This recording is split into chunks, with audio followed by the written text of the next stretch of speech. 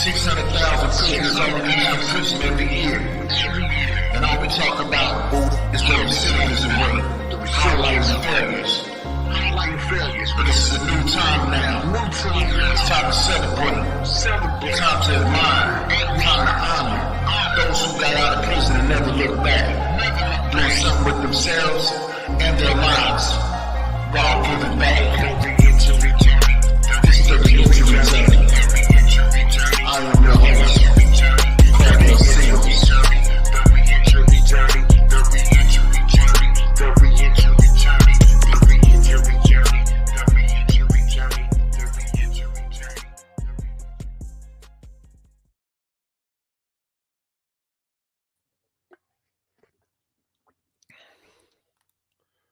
Journey.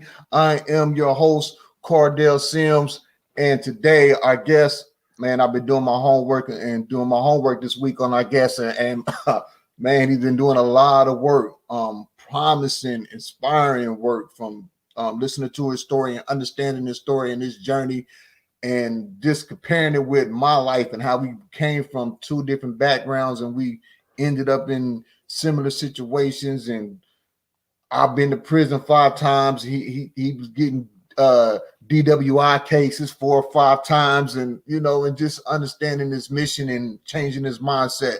So with no further ado, I'd like to welcome to the reentry journey, Mr. J. Dan Gumm. Welcome to the reentry journey. Man, thank you so much, Cardell. It is so good to be here, and so good to get to know your journey, because I followed you on social media for a while, and I think you were the one who said, "Hey, man, it's about time. Let's get on each other's podcasts." And I think you're right. I think it's time. So great to be here. Honored to be here, man. Oh man, I appreciate you really being here. So let us know about Mr. J. Dan Gumm. What was the upbringing like? Man, I had every opportunity in life to succeed. My mom and dad were married until death did them part. My dad died a year after I got out of prison. We were brought up in church. We went to a little Baptist church, and we were sheltered in the fact that we went to that same Baptist Christian school as well. So I always wanted to go to public school, but I never got the opportunity to. And so, it was good. My dad, the only thing that I think I could look back on my childhood and say, man, I wish this would have been different, because we had it. I mean, we weren't rich, we weren't poor. My mom and dad always worked 2 and 3 jobs to make sure we had what we needed, and every once in a while, some of what we wanted. And, but man, I was a spoiled brat, not with riches and finances, but just in the fact that, man, I worked hard, first of all, but then I usually got what I want, not from necessarily my mom and dad, but just from me I was always a bigger kid. I'm 6'1", right now I'm 275, and I was always bigger than all my classmates, even though I was the youngest, but life was good. And I was used to, I was comfortable. But in 6th grade, my mom and dad pulled us out of that church at school, took us to another church at school. And that was the first time in my life that I really felt like I experienced anger, betrayal. I was so mad because my mom made us uprooted us and dad, and we left all of our friends. We left all of our friends behind and had to go start making new ones. I apologize. Right. That was my email ding. I hope you didn't hear it, but you may have, but I turned it off now. No. And so in junior high, 7th grade, I'm angry. I'm mad. I'm trying to find ways to get back at my mom and dad for doing that. That's the age when you really start becoming into a teenager as well, too. You need stability at that time. And it was hard because we went from a Baptist culture, and my faith, my journey involves a lot of faith, and so we went from Baptist to Pentecostal, and those are 2 different faith cultures as well. Oh, yeah. And so it was crazy to do that. And but that they had their own little cool group too that liked to get in trouble, and so with that, I was like, okay, I can hang out with them, and I tried to find ways to get back at my mom and dad. I made bad grades. I made my first F ever on purpose. And it was harder to make an F than it was to make A's for me. And, but I learned that didn't really, do anything to them other than punish me. So right. I started finding out, I seeked out people that I knew she did. Our parents always had people they didn't want us to hang around. I don't Yeah, want you hanging around little Johnny. I don't want you hanging around. And so I thought, all right, what better way to get back at them for being mad at them for moving me than to hang around the people they don't want me hanging around. And the new school didn't have football. I mean, like, what kind of school doesn't have football? I was so mad. So by the time I was a freshman, they got football. But man, in junior high, I was so mad. I set the school on fire. Not in a good way. Literally, what? set the school on fire. No. What time out? You set the school on fire. How did? I got to hear this story. Yeah, let me hear this story. So we're doing science projects and they're volcanoes, and you got extra points for making it a little more extravagant. And so I knew that one of my friends had some kind of effect that made it look like lava was running over. Well, I didn't have that, but I had smoke. I had cherry bombs, and so I had those, and so I had them, and my mom was like, "Don't do it. Only when it's time for the volcano presentation." And there was this girl, and she was like, "Hey, JDan, will you light this cherry bomb off? I want to see it. I've never seen one, go off before." And I'm like, "Nah, I'm good." But you know what? She was one of those girls in junior high. Every school had them. That was a little more developed for her age. Yeah, right. So the basis of the fire story is a competition with the friend that had, he had the little look like lava, and the female woman peer pressure. And so those two combined, and something's gonna happen bad, and so I was like, all right, she wants to see it, everybody wants to be liked by her. So and the thing about the cherry bombs, the fuse doesn't fizzle, it burns. And I knew that, but I didn't think it through. You know how all the decisions we make, we don't always think them through. Yeah, we ain't thinking them through.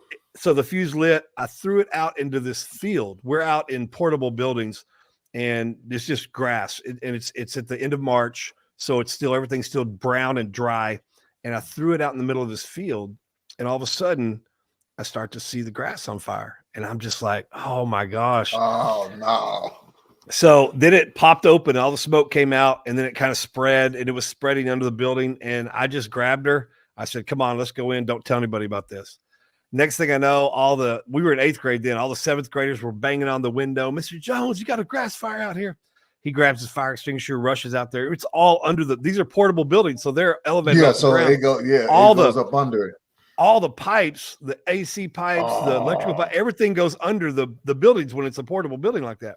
So it was a pretty crazy thing. And I got suspended for a week, and I got whoopings. I'm 52. I got whoopings. We didn't have time. We didn't have timeout. We had knockout. Whoopings. And so I got a whooping from the school, and I don't know if your mom was like my mom, but whatever you got in trouble with at school, you got in the same trouble at home. So however many swats you got at school, that's how many she gave at home. And sometimes she lost count, but I don't know if my mom was the only one that lost count when she was whooping them, but yeah, so I just was on this journey to find acceptance. And that was the way I thought I had to perform to gain the acceptance of these friends. And that led me to my, the summer between my freshman and sophomore year. I was hanging out with my friends during the summer. We had a job, and I was going to be working with them and their older brothers. And we were cleaning out new construction homes. And, the first day I was there, man, in the summer, we were hot, sweaty. You know how hot, I don't know if you know Texas heat, but it's hot. And we're drinking Gatorade water all day out of this one cooler. At the end of the day, the older brothers bring this other cooler out. I'm like, oh, why don't we have a different cooler? And all of a sudden, everybody's popping Coors Light. Right. And I'm like, oh my gosh, this is the thing that's on the commercials that my mom and dad make us cover our eyes when the commercial comes on. Back then they didn't have fast forward and pause and all that. They would jump across the room to cover our eyes. And I was always curious. I would always cover my own, but then I'd kind of peek a little bit and I'd be like, these guys are saying, I think they had the one commercial. I don't remember what it was. They said, "Men, it doesn't get any better than this." And I was just like, wow, why would my mom and dad not want me to drink something that gets good, So my heart started beating. I was like, all right, I got to make a decision. These guys that I want acceptance from they're waiting to see if I'm going to drink this beer. And we all go to Christian schools. We all signed the same conduct code agreement saying that we would not drink and we would not smoke and we would not do these things.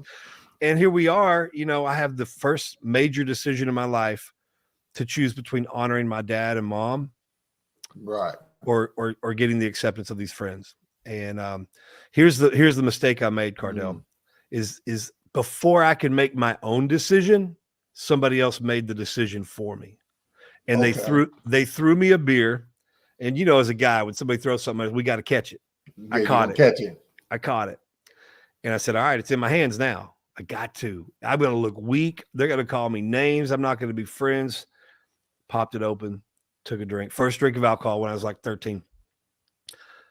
Worst thing I'd ever put in my mouth up to that point. It was so disgusting. I hated it. It was like, but I didn't stop. I knew if I just kept going and drank it as fast as I can, then, I'd be done with it. I'd be accepted by them. Right. Well, as I'm drinking it, they're all chanting my name, Jaden, Jaden, Jay. And man, you know what that does to us guys, that just like, all right. So I'm like, okay, they're accepting me. So I wasn't drinking the Coors Light at that point. I was drinking the juice of acceptance. Acceptance, right. And I didn't want to stop. So when I was done, I threw that on the ground, said, give me another one. I didn't want another Coors Light. I wanted another drink. Of the juice of acceptance. And the acceptance. And it was feeling good to you because it was hot outside. Yes. And then by the end of that second one, then I felt the buzz. Then I felt the chemical buzz. And I was like, oh, okay. It doesn't get any better than this, maybe, The commercial came right to your head. Yes. And so, from then on, a few months later, we all got kicked out of that private school for a party we had, drinking and drugs. Marijuana was introduced to me. I didn't like beer, so I kind of veered off to Jack Daniels. And that's when the relationship with me and Jack Daniels started, and it went all the way until I went to prison. I got tattoo of Jack Daniels on my left arm. I mean, we were in. I was all in on Jack Daniels, man. And I had to straighten up a little bit because my mom was a teacher there, and they said if you don't straighten up your son, if your son doesn't straighten up, you can't work here. And so I'm like, all right, I got to be good. I got to pretend to be good, and I did for my senior year. Went off to college where I majored in Jack Daniels. And I just drank all the time in college, man. I don't know if you had that experience, but yeah, that's when you said college. I was like, yeah, that seems like that's all there is. That we think that there is to do. Yeah. At that time when we go, because that's all I did in college was party, sell drugs. I was doing stuff. I was on the basketball team. I played college basketball. Yeah. I was doing so much other stuff outside of basketball in college that was just selling drugs, fighting, gang banging, and stuff like that. People didn't even believe I was on the basketball team. Wow. Yeah. Wow. I used to have to convince them to come to the game. Like, man, here goes some tickets, come to the game and watch me play. And they was like, man, there's no way you're playing basketball, man. You just sold us this, and I done seen you in fights, and there's no way. Wow. And they come to the game, and I score like 20, 25 points. Like, man, you really play. Man. Now, how tall are you? You do look pretty tall. Yeah. How tall are you? I'm 6'4". Okay. All right. So 6'4", 6'5". At the time, I probably was at 205, 210. Now I'm 245. Yeah. We all fill out a little bit. Yeah, fill out. Yeah. Well, I just lost about 20, 25 pounds when I got out of prison. I got out of the feds in 2017. I got out of there. I was like 260, 270. I think the most I got was 275. And I was like, nah, I got to start cutting some of this weight down, get a little older. It's getting a little bit too heavy.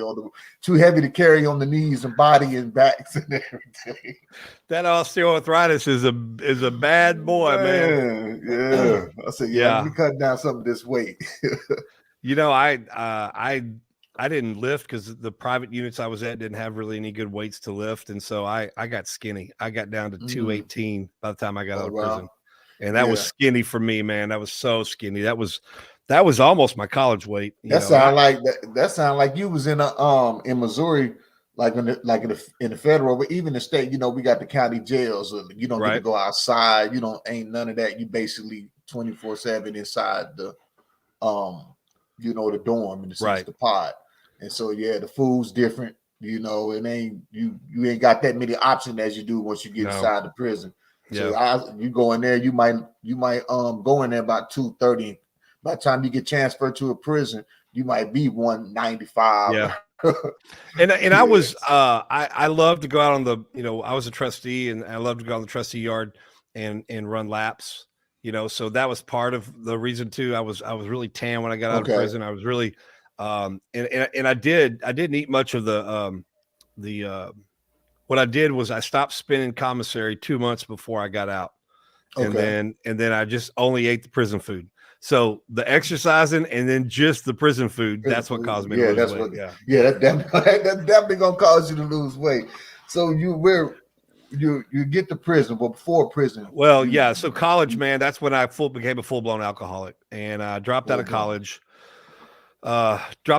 Came back, worked at a restaurant in the bar, and which is not where an alcoholic needs to be. Right, I was just about to say in the bar.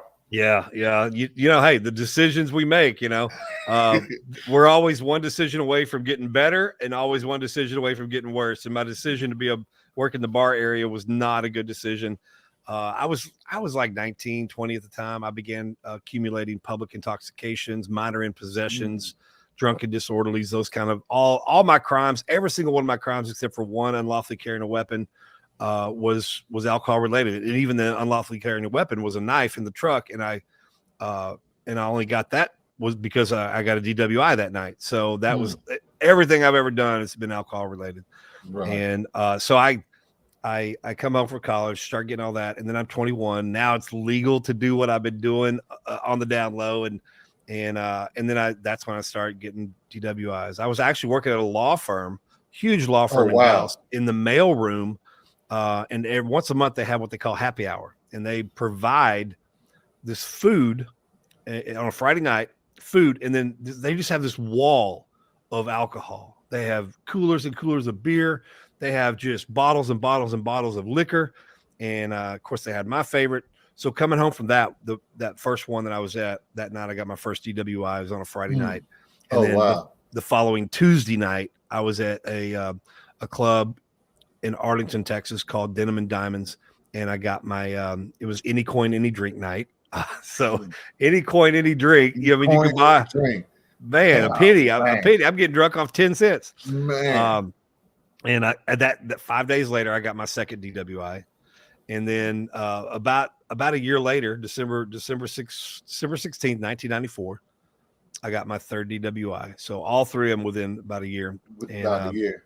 That was 2 weeks basically before the state of Texas said if on your third DWI you're going to get a felon. It's crazy you said that. I was just about to say on that third one in Missouri, you got to go. So I was 2 weeks. January 1st, 1995 is when they passed the law about your third one's a felony. So I snuck it in right into there. But Cardell, that was the first time that nobody bailed me out. My family, my best friend, nobody bailed me out. And so I spent Christmas in jail. And my niece, my first niece, was born December 8th, the week before I got arrested. And so the first time that I got to lay eyes on my niece was through plexiglass on Christmas Eve. And that was the first time, Cardell, that I really remember knowing and realizing that my decisions don't just affect me. They affect everybody around me. My family, my own niece who's just been born a couple weeks old could not even look me in the eye without looking through plexiglass. And that got to me. It didn't really change me a lot, but it got to me. So in the summer of 95, something happened, man. I just got an epiphany. The Lord got a hold of me. I was doing great for 2 years, man. I was almost all in for Jesus. Like I tell people that was when I was 99% all in for God.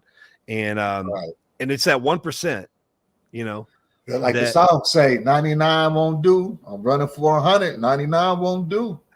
99% is not enough to give favorite God. Song. Yeah, that's a good one. Like I said earlier, my journey involves a lot of faith in God, and so at that point, 99% wasn't enough to give to God, and 1% was too much to give to the devil. And I was doing good for 2 years. The devil didn't bother me. The temptation to drink didn't bother me. I was sober for 2 years, mainly because I didn't want to go to prison, But I was sober for 2 years, and all of a sudden, in the summer of 1997, I had a great job working at my old alma mater. and I was dating one of the Christian teachers there. And so I'm doing great, man, doing great, helping people stay off of alcohol. But that 1% of what I kept doing that was a part of my old life, it was smoking cigarettes. And I wouldn't call my buddies up and say, hey, let's go smoke or whatever. I would just secretly take my pack of cigarettes, my cologne and my gum. So, cause I was still got cigarette pack. And so it's like, cause when you have this persona of this 99%, you don't want people to know about your 1%. Right. And so I wouldn't tell anybody, and I didn't want anybody to know. And but when I was having a bad day, instead of drawing on that 99%, instead of calling my mentors, instead of calling my pastor, instead of calling on the full 99% of what I had to run to, I ran to that cigarette. Now, it's not about what the 1% is. It's about what it represents. And that I was just about to ask why would you run it to the 1%? The 1% represents a tie to your old life that you weren't willing to let go of. And I wasn't willing to let go of that smoking the cigarettes, Camel non-filters menthol, I loved them, it was great. He was on the double backs. But eventually in 1997, my girlfriend broke up with me for another guy. That was heartbreaking. And then the school let me go for being a coach. That was heartbreaking. And I was just like, golly, and that old devil, you have these voices that talk to you, good and bad. No matter what, we can't stop the good voices from talking to us and the bad voices from talking to us. I can hear it now. You was doing so great. They took all of this from you. You might as well go back to look. Yeah, exactly. That's exactly what said. Look what serving God got you. You were doing all this, and look what it got you. And the devil, he's a good liar. He always embeds a little bit of logic and truth in his lie, so that we believe it. And I'm like, because I was serving God, and those things did happen to me, but they didn't have anything to do with each other. And he said, that voice said, you're already smoking again, or you're already smoking. You might as well start drinking again. And so I did. And at that point, I said, screw my faith, screw God, screw all my Christian friends, screw everybody who wants to do right. And I just said, all right, I'm going to do what I want to do. And, and that was the beginning of a downward spiral in my life that was really tragic. I started going off the deep end. I was lying to everybody in my life. I was lying to my mom and dad, telling them that I was living in a certain place, but I wasn't. There was actually a time where I lived under the bridge of I-20 for 3 weeks because I didn't want to go home, but I was too embarrassed to stay at a friend's house. I had too much pride to offer to receive help, and I was living under the bridge, and I had money, but I just didn't want to go stay in a hotel, and I didn't want to go stay with anybody, but that was just my mindset at that point. And I got a job eventually. I found a place to let me live with them, and I found a job working as a driver for an escort service, driving prostitutes around. Oh man, you'd have been in some situations. The ad said bodyguard driver, and I was like, oh, that sounds pretty cool. I used to work on the set of Walker, Texas Ranger with Chuck Norris, and I was on that set, so it was pretty cool to see his bodyguards and his drivers. So I'm like, all right, I'm gonna go be a bodyguard driver. So I go and I open the front door. The front door says bachelorette parties, lingerie shows, and I'm like, oh, what kind of bodyguard is this? So I open the door, go in, and after 5 minutes of listening to this very clean-cut, middle-aged white guy, I realized I was talking to a pimp, and he had over 200 girls working for him. He had about 75 drivers, and he needed more drivers to drive the girls around. And so that's what I started doing. And I realized real quick that every girl that got in my car wanted to know if I had drugs. And I'm like, all right, well, I need to go get some drugs. So I went to one club one night, made a contact with methamphetamines, coke, speed, ecstasy, and began selling to the girls that worked at this club to the detriment of the owner. The owner didn't like it. And I'm like, hey, they're going to do drugs. Might as well get it from somebody that works with you instead of somebody off the streets. Right. So I had guns pulled to my head. Not all the girls were actually prostitutes. Some of them were con girls, and they would say, yeah, I'll give you sex if you give me $300. And then the guy gives them $300 and they hand it out to me, the driver, cause and they're like, oh, I can't do sex because, and then the customer gets all mad and stuff. And it's crazy how much trouble we could have gotten into, and how my life was like, guns pointing to my head at some point. I think those times prepared me for prison, because I had to learn to talk my way out of being killed, and long story short, I finally got out of that life, went back to working for Walmart as a manager. And then as I'm working for Walmart, September of 2002, I got my 4th DWI. My lawyer was about to get me off. In February 2003, she called me and said, hey, we're going to get you off on a technicality. I'm like, all right, that's awesome. So how does an alcoholic celebrate? He goes out and gets drunk. And that night I got my 5th DWI. Oh. And she was so mad at me, Cardell. She was so mad at me. She worked so hard to get me off of this 4th. And then she said, well, I can't get you off the 4th now, because as soon as we go to trial for the 4th, your 5th is going to come up and your first 3 is going to come up, and they're going to be like, no, slam the fire and persistent. So I, on vacation from Walmart, I went in to get my felony indictment read, and they revoked my bond, put me in jail. That was April 9th, 2003. And we're coming up on my 20th year of like that arrest. And then I was in jail few months. I was Big Daddy. I was getting stuff smuggled in like crazy. I was top dog in the county jail. And then July 17th, I caught chain, and I was not top dog anymore. I was not. Bottom of it's got, now that you at the bottom of the bottom, you got to work your way up now. Yeah. So my first day, that chain bus ride was crazy, man. It took us right by a Walmart distribution center. So it was kind of like laughing at me, like, cause I was on vacation from Walmart. You notice everything on that ride. Oh man, everything. You think about everything, you notice everything. And I got into prison and got caught up right into the gambling game. And and it was just I didn't get affiliated. I had some guys prospect me and want me to join the white gangs, and I was just like, no. And I thank God that I was big and ugly, because I think that my bigness and my ugliness and my ability to articulate and be firm with what I want, and that this is the way it's going to be. I think that was okay with some of the white gangs that tried to recruit me. And they're like, all right, we just need to know that, if a riot goes down, you're for your color. And I go, if a riot goes down, I'm for me. I don't care who's in front of me trying to fight me. If you're a white guy and you're in front of me fighting me during a riot, you're going to get you. And I was like, look, all right, we understand you're solo. But I began there. I have a big heart, and I began watching smaller, more frail inmates get bullied.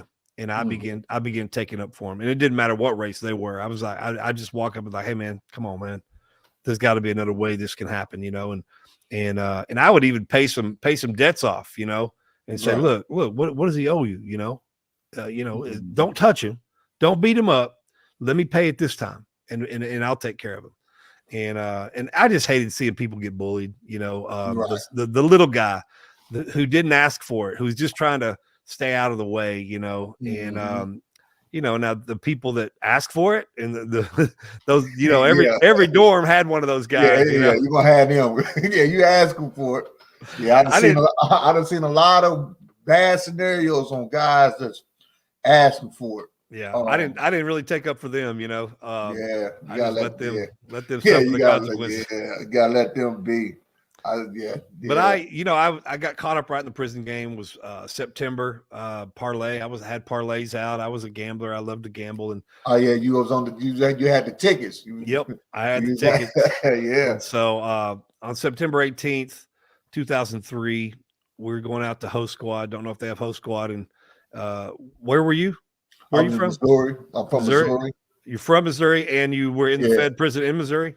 Yeah, I know we ain't got no Fed in prison. I was in the Fed prison. I was at Leavenworth, USP. Okay, gotcha. But in Texas, they still have what they call a host squad, and they take you out, a group of guys into the fields, and you just basically work the gardens. And so we went out there one day, and this one dude, he was the dorm. I don't want to call him an idiot, but he was just the dorm, the annoying person in the dorm. He was a moocher. He begged. He didn't have any commissary money. He begged for everybody. He tried to bully he was small, but he tried to bully smaller people than him. Right. He never went out to work. He never went out to work, and he had made parole, and he was about 2-3 months away from being released. And all of a sudden, he comes out to work one day, and we didn't know why until afterwards. But when you don't show up for work, you get a minor case written up on you. Well, when you get 10 minor cases, it turns into a major. Yeah. So they told him, they said, hey, you got 10 no show for work. So these are minors, but on your next one, it's going to be a major, and you could lose your parole. Oh, yeah. So he went out to work, and he didn't want to be there. He was just as annoying out there. He was the last one in line, and the field boss on the horse said, his nickname was Inky Dink. And he said, Inky Dink, last 2 guys carry the water. And Inky Dink says, I ain't carrying. He gets in front of another guy. And the field boss says, no, you get back there and carry that water. He goes, I ain't carrying the water. He goes, well, if you're not carrying the water, then dump it out. Now there's 40 of us out there, and it's September in Texas. It's still hot. It's still hot. Yeah. So there's 39 of us looking at him going, you are not this stupid. You are not, dude, you're smarter than this, man. And so he didn't hesitate. He poured all of our water out. 3 hours. We're going to be there from 9 to noon. And so then he gets out to the field, and he starts chopping up the squash plants, like chopping them up, destroying them. And then, and he knows the prison code. We're not going to go, oh, it's him. Right. He knows that. That's why some people do that, because they know they're going to get by with it, Right. And so the field boss was like, all right, if y'all don't stop this, some bad things are going to happen. Well, he kept doing it.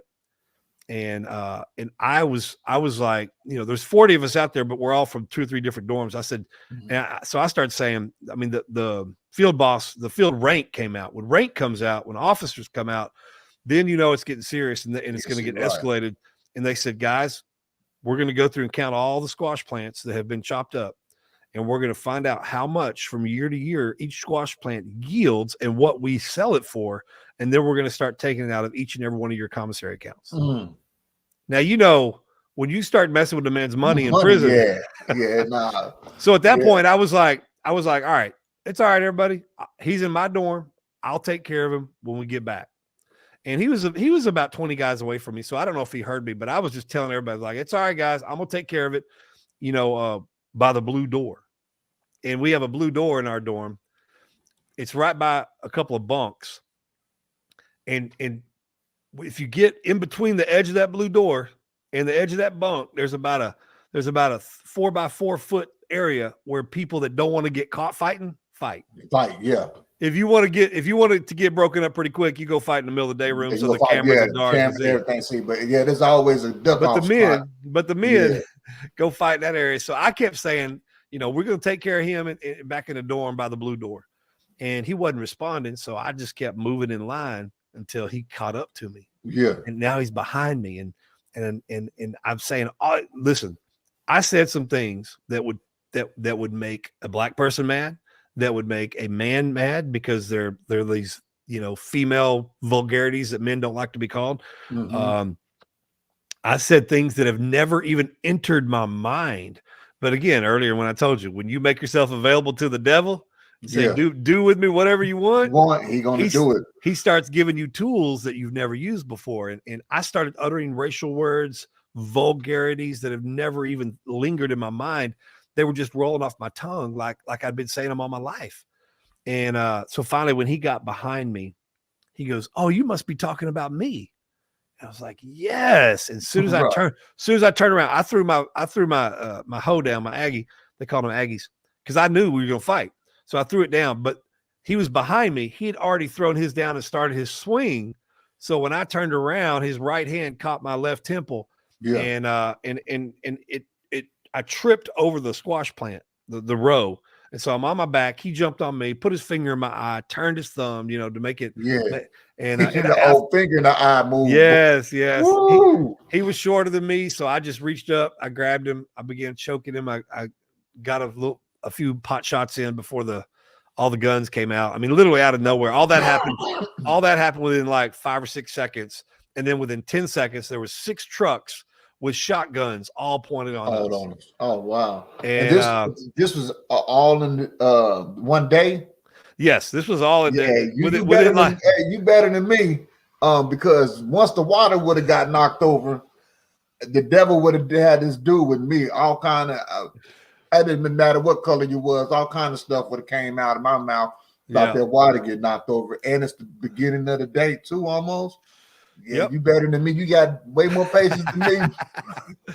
But so they hauled us off to administrative seg, ad seg. I don't know what they call it in feds, but they hauled us off to ad seg. And I learned I was at a racial unit. The guards there, when they were taking me, they were all white. A lot of them had Mason rings on, and one of them was like, "Man, why didn't you break that in half?" And I'm like, "Dude, I'm going home. I got 4 years. A 5-year sentence. I'm into my first year. I'm trying to go home. I ain't trying to fight." Right. And they took his parole away, put him in medium custody. They didn't get me for anything because the field boss, who was white, told them that I didn't do anything. He attacked me, but they didn't tell anybody about all the things I was saying to provoke him. Right. But in the end, they're like, it doesn't matter what you said. He attacked you, and he started a fight out in the fields. We consider that inciting the riot outside the fence. So he got his parole taken away, and they put him in medium custody. A couple months later, now that 8 days I spent in ad seg. Okay. That was it. That was my turnaround. The first day I was in there, I got in there. We were in there by 10 a.m. and it was quiet. I mean, even the guys yelling back and forth, all the people that are back there, the confirmed gang members and stuff, they're yelling. I couldn't hear any of that. I knew it went on, but I couldn't hear any of that first day. And it was just so quiet.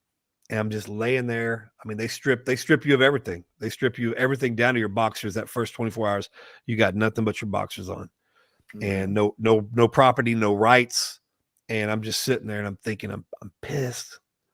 And about 10 o'clock that night, I just start bawling. I just start crying. And I ain't cried in years, Cardell, because my heart was so hard.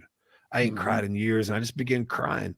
And I could just feel, the presence of God, feel that cell. And it was the craziest thing to me because I grew up in church all my life and I was a Christian.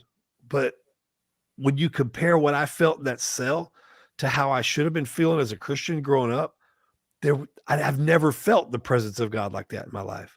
And so then I was like, man, it made me aware of how I wasn't really even living a Christian life even before I started making dumb decisions. But I just began to hear the other voice, the good voice, the God voice say, look, you have not done anything that has disqualified you from serving me. I still want to use you for good. I still want to use you to do good things. You're not disqualified. So I just want to reaffirm you. And I never felt just a supernatural hug, it's like, okay. And I was in there. That was the first day, and the second day and third day and fourth day, I had a conversation with God every day, every day. And one of the conversations was, okay, God, if you want me to do these things you want me to do, you want me to preach, you want me to share, motivational speak, you want me to have all this stuff, why is the desire to smoke cigarettes and drink Jack Daniels still inside of me? I said, you're going to have to do something to me that I can't help you with, because there's nothing inside me. No matter how much I want to do the right thing, there's nothing inside me that says I want to quit drinking Jack Daniels and I want to stop smoking cigarettes. Right. And so I said, you're going to have to do something, God, in me that I can't help you with. So the next day I woke up, man, and Cardell, I don't know if you've ever just felt a weight lift off of you in your life, like there's just a burden of whether it's an addiction, whether it's whatever it is, just a weight that you felt like it was lifted off of you. That happened to me, and I don't know, I can't explain it. I can't sit there and explain all the favor and all the thing that God does for us if we serve him, but I knew it happened. And that day I never spoke about, thought about Jack Daniels and cigarettes the same way ever again. And so I just thanked him. I was like, whatever you did, thank you, because I do feel something different. And then that same voice, God was like, now I want you to work on your profanity and your gambling. And I'm like, oh man, I said a cuss word right then. And I said, man, that's going to be hard to quit cussing and gambling in prison. Yeah, Because that's most the definitely. language and the currency of prison is gambling and cussing. But he took me through a process, about a 3 or 4. You notice I said it was September, so I already had. So I got to come out and navigate me telling everybody I ain't gambling anymore. You coming out there, football season going on. So baseball season's going on.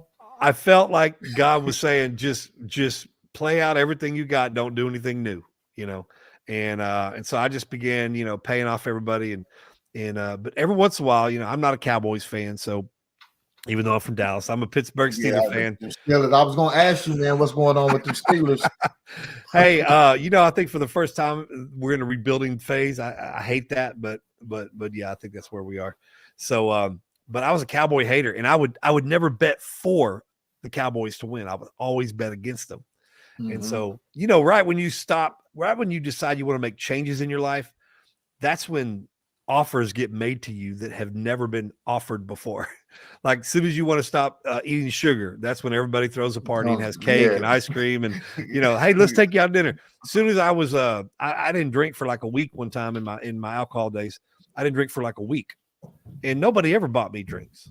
But in that week that I was not drinking, everybody wanted to buy me a drink all of a sudden, and so it was, and I only did that week because somebody said you can't go a week without drinking. So I just wanted to prove them wrong. It wasn't that I wanted to quit drinking, but right then, and I was trying to tell everybody, not going to gamble anymore. And somebody comes up and goes, all right, I'll give you the Cowboys and 21 points. Knock it down right now.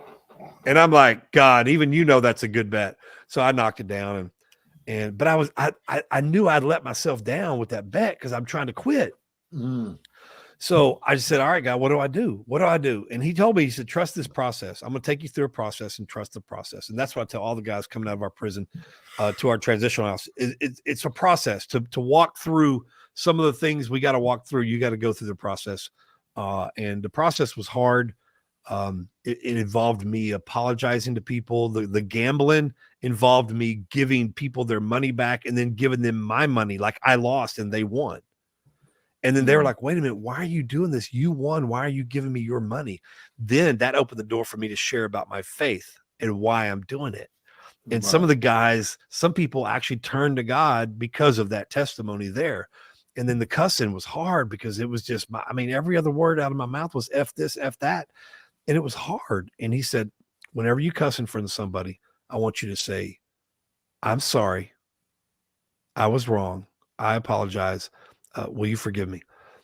And I'm like, I gotta say that to these dudes in prison. Cardell, it was the weirdest thing ever. And he said, trust the process.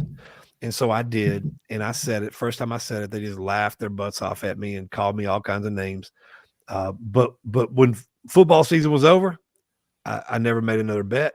And I never said another cuss word outside of like just doing an illustration or something, and neither one of those have ever controlled me ever again. Same with the smoking and the drinking jack. So, at that point, man, I went on to get mentored, and then I went on to mentor other people. I started Bible studies in prison. So before we go to the Bible, doing the Bible studies in prison, we're talking about the mentor. I heard you say on the low, people may not know this about you, but you're a comedian. I've been watching you're good comedians. But I heard you say one of the people that mentor you got out and came back before you got out.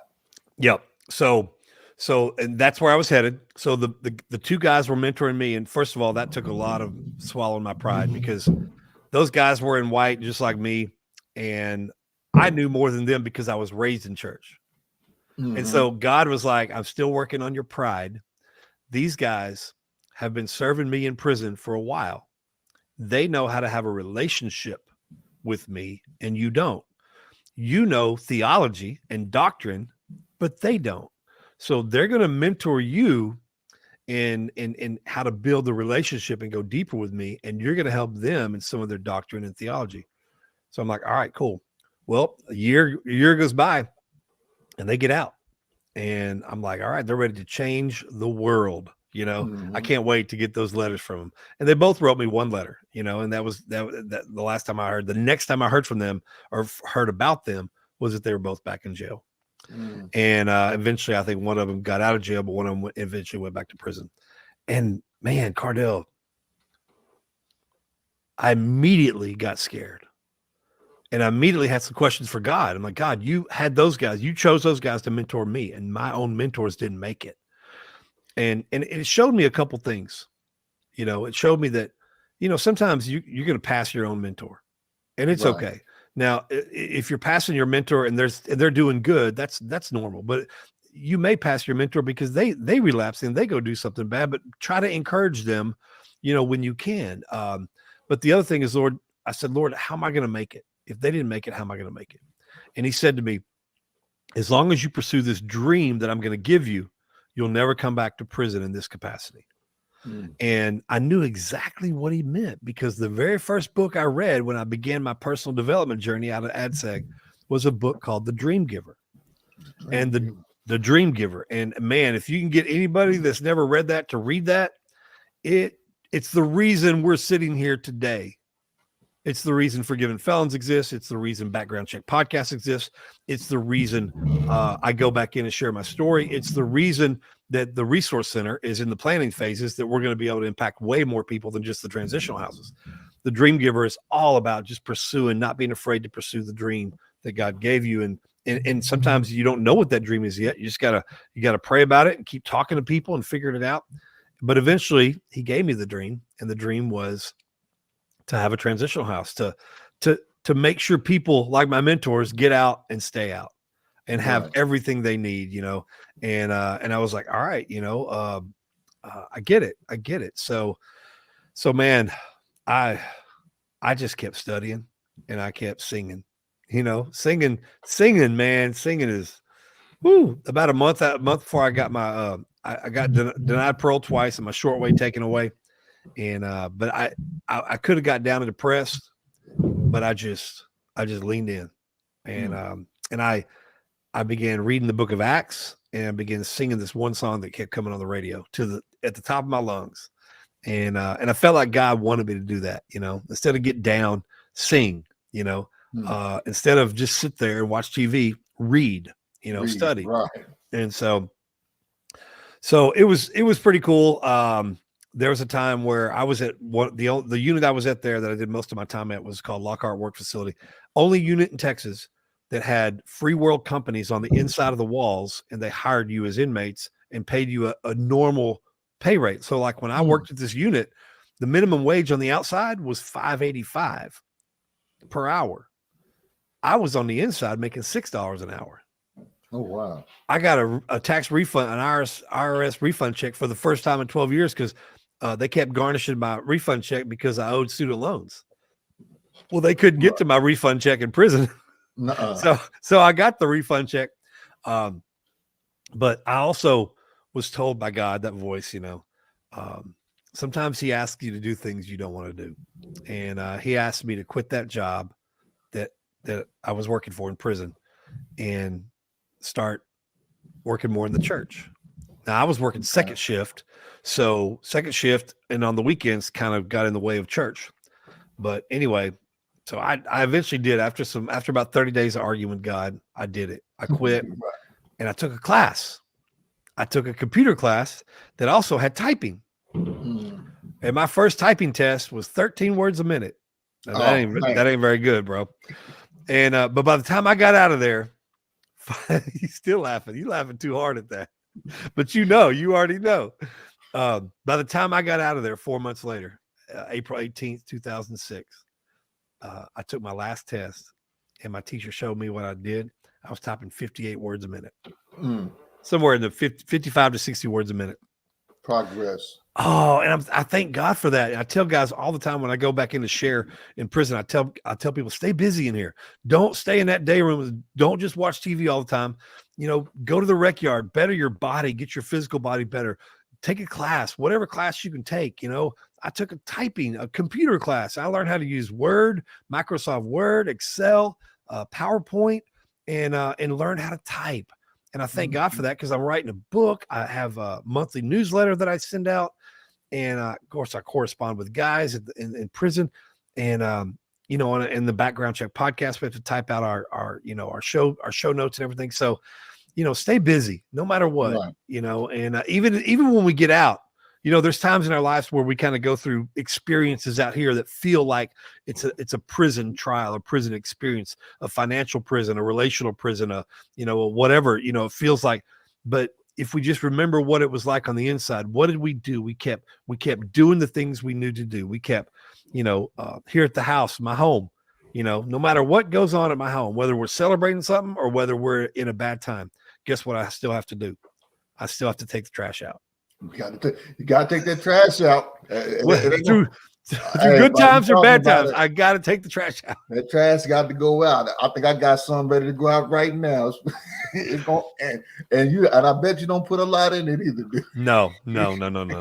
So just keep doing the things that you do, and man, I got out, and I really, man, about 6 months before I got out, about the same time I took that class, I was just praying, and I was saying, God, I was kind of committing myself to him as a single man. Like, God, I know when I get out, I'm going to try to get trapped by a woman and get into a relationship. And I don't want that to happen. So I'm going to commit to you being a single person and just say no women while I build this ministry, while I build the organization. And I said, plus no woman deserves my baggage anyway. Hey, listen, man, you tell me if we got to go, you need to change, and you need to change directions. You let me know.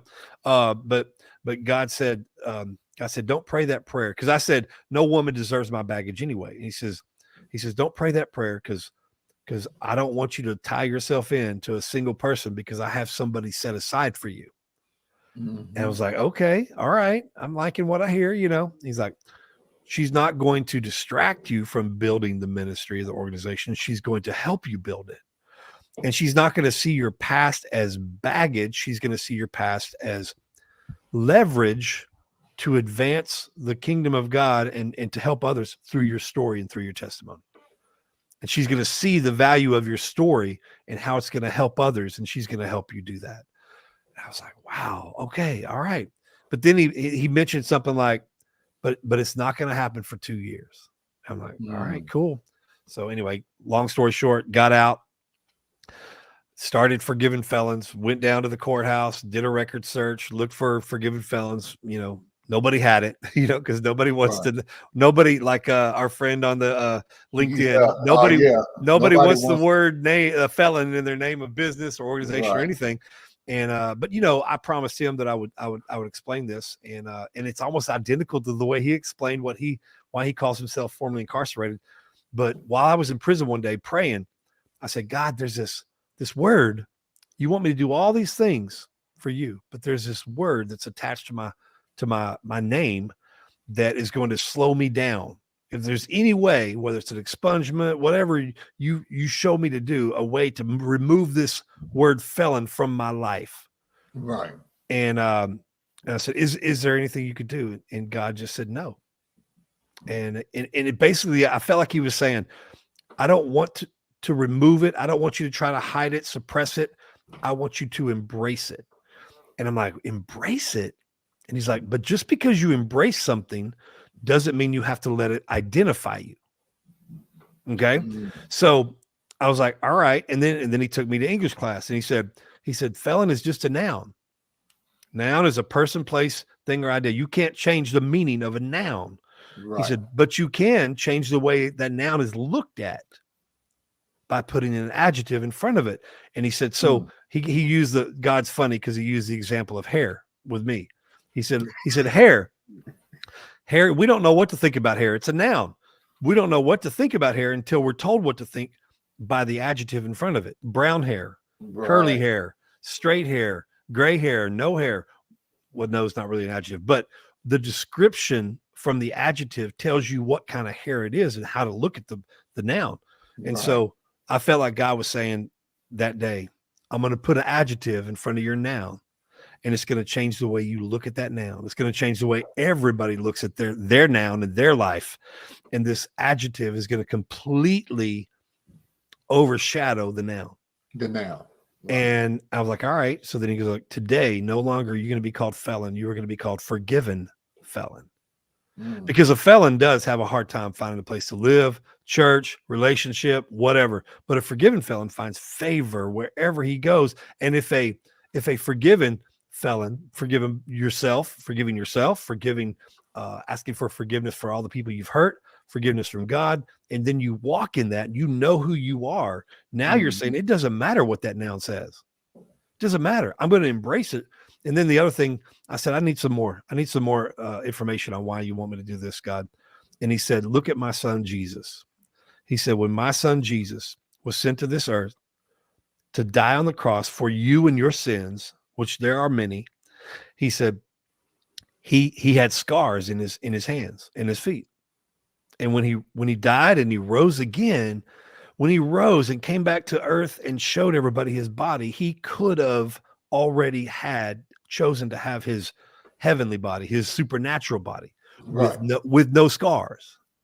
But he chose to keep the scars, the ugly things, the ugly holes in his hands that represented something he had been through, something bad he had to go through in life. He chose to keep them for one person. And it was one of his disciples named Thomas. And everybody calls him Doubting Thomas. And when all the disciples said, Thomas, Jesus is alive, he goes, I won't believe it until I can put my fingers in the scars of his hands and his feet, and where they pierced his side. So Jesus kept all the ugly parts of his past, okay, so that he could point Thomas to Jesus. So he could point Thomas to his heavenly Father. So the word felon is my scar. Okay. It's my scar. Right. I don't want to hide it. I don't want to get rid of it. I don't want to, but I do. The forgiven part lets people know that I don't let it identify me. It doesn't define who I am. The adjective defines the noun. Just like, I think it was Bill or Bob. I think it was Bill, William. Just like he said, with the way he uses formerly incarcerated, and there's nothing wrong with that either. But that's the way that I felt like God wanted me to go with. That was forgiven felon. So I think that was Will. He said that. But and I used to catch the and I still do. I used to catch the same kind of slack when I released my book, Inmate to Inspiration. Everybody was like, inmate. We don't, and I'm like, well, I'll use that term because I don't know about nobody else. When I was in prison, I wasn't no offender. I was an inmate. I was doing stuff. I was jailing. I was an inmate. So to go from the lowest point of that to where that's what that represents. That inmate represents, this is what I was doing in prison, fighting, stabbing, and everything. I was an inmate, gambling. So you embrace it, but you're not letting it identify you. Yeah, it identify me. The inspiration is that identifying. Absolutely. Like, so I definitely understand. Plus, this is one of our hottest selling shirts too. Keep calm. I'm a forgiven felon. I think it's wonderful and fabulous. Like you said, it's the adjective to describe the noun. Like we get it, forgiven felon. You're not even worrying about the felon part no more. You're looking at forgiven. Yeah, forgiven. That's the description. Absolutely. So yeah, man. I got out, met my wife. Looking at my notes, I got some more questions and stuff. Yeah. So I mean, the part after that, man, I met my wife, and it was really neat how God reintroduced somebody we already knew. Our families went to church all of our lives. He introduced me with her by saying, when she walked into the room the second night I was out of jail or out of prison, the second night, pastor had asked me to speak in his Bible study, like 200 or 300 people, and I said yes. And so I was doing something that I felt God wanted me to do. And right after that, Jessamy, my wife at that time, she walks into the room, and I'm just like, oh my gosh, that's Jessamy Johnson. She's all grown up. And that's when the voice inside me said, there she is. And they reminded me of the conversation I had with God in prison about having somebody set aside for me. And now he's saying, there she is. That's who I had set aside for you. She just got off the mission field in Thailand for 3 years. So she was doing missionary work for 3 years. I was in prison for 3 years. I'm like, God, how's this going to work, man? I immediately began to feel inadequate. Like she deserves better than me. I began to question my own, I went from really high confidence to all of a sudden like, who am I that this girl is gonna question your worth? man. But I had a pastor come up and say, God sees you through the lens of his grace, which means everybody's even. Grace brings everybody to the same level, and Jessamy sees you through God's grace, which means she doesn't see you for who that felon side. She sees the forgiven side. Exactly. And so I told her about all that. I mean, a month later, I told her everything that I was feeling, everything God showed me, everything. I basically just said, you're going to be my wife. I'm not proposing, but that's just what God has shown me. This is how I've been she's shown. like, she's like, well, shown. She's like, you got to talk to Dad. And I'm like, yeah, my wife is like 6 foot.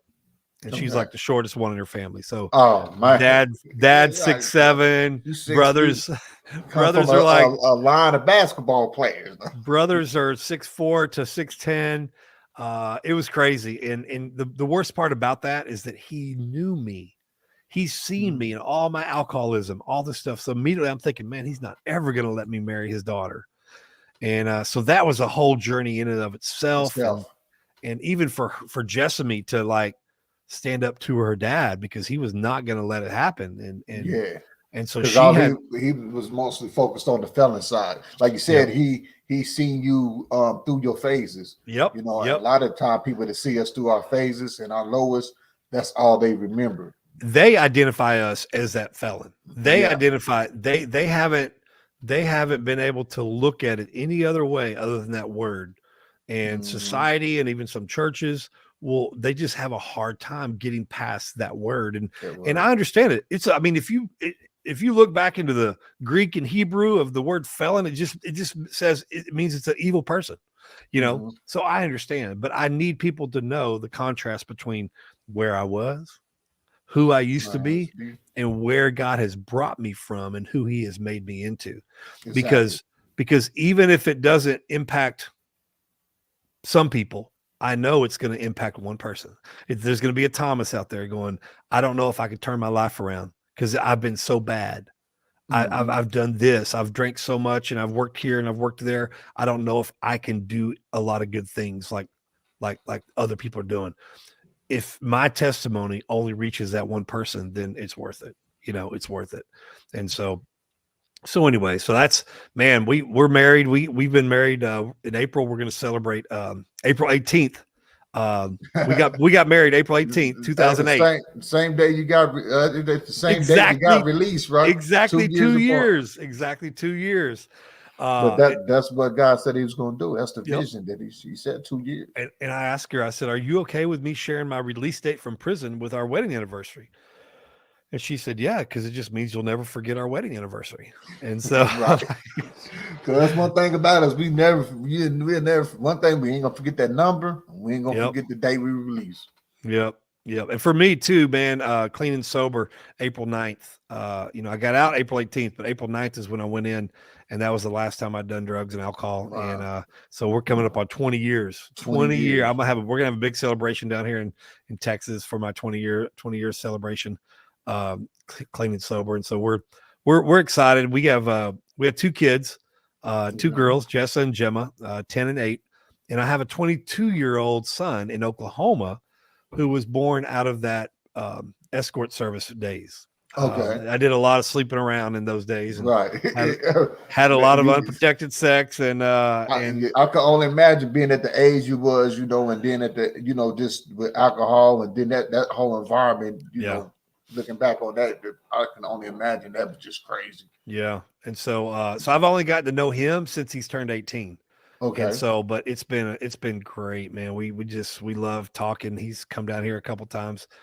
We've gone up there a couple times, and I'm a grandpa now. He has a little daughter, and so that's cool. I didn't think I'd be a grandpa, at 52, but I am. And when I got out of prison, Cardell, man, I didn't know what I was gonna do.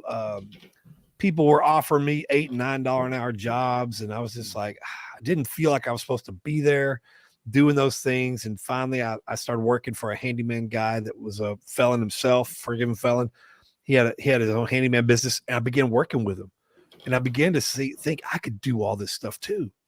And so in 2012, we had our first baby, Jessa, we opened up the transitional houses. We had a duplex, 2 transitional houses, and I started my own business. That handyman guy moved away, and he said, "You can do this by yourself." And so I started my own business. I went down just like I did with the Forgiven Felons. Went down, did a record search, filed the DBA, and my business is called Whatever You Need Done. And so when people ask, "What do you do?" I tell them, "Whatever you need done." Whatever you need done, right? Yeah, that's nice right there. And we've scaled that thing. It's a pretty good little business. We've helped a lot of guys with getting out of prison, come to the transitional house, and then if it's Christmas time, we do Christmas lights. If it's summertime, we do fences, all that stuff. And so I got out, man. I had a 500, I think, credit score. 500, and I didn't even care about my credit score. I didn't know I needed to care about my credit score. I didn't either. Yeah, so but then I get married. Things change, and I get married, and I realized my CPA was like, you're garnished in these wages all these years of your student loan debt. That's going to carry over into your marriage. They're going to start garnishing her check too. And I'm like, well, how do I do this? And so he's like, they have the Department of Education has a loan forgiveness type deal, and so they said, but your loan has to go into rehab. I said, my loan? My loan? He said, yes. He said, so you fill out the application. And I said, I got to do it because it ain't but $2,500, but they've been taking my $1,200 IRS refund checks for 10 years. And so I well paid that thing off. And so I filled out the application, and they said for 9 months, you pay $50 a month. And then at the end of 9 months, you continue paying $50 a month, but we turn it into, we turn it from a negative credit account to a positive credit account. And so when I did that, man, it jumped to like 600, 630. And then I started getting credit cards and using them the right way, the correct way, as a tool. My wife and I, that year, 2012, was tough because we actually had to pay, my wife quit her job to have the kid. I started the business, which you don't make much money when you start the business. Not when you start. And then we opened the transitional houses. So that was a financial burden as well. All that happened in the same year. And we ended up having to put some of our utility bills and stuff on credit card. So we got some credit card debt. And, but about 4 or 5 years ago, we became debt free. And from everything, from debt free, from everything except our mortgage. We don't have a car payment.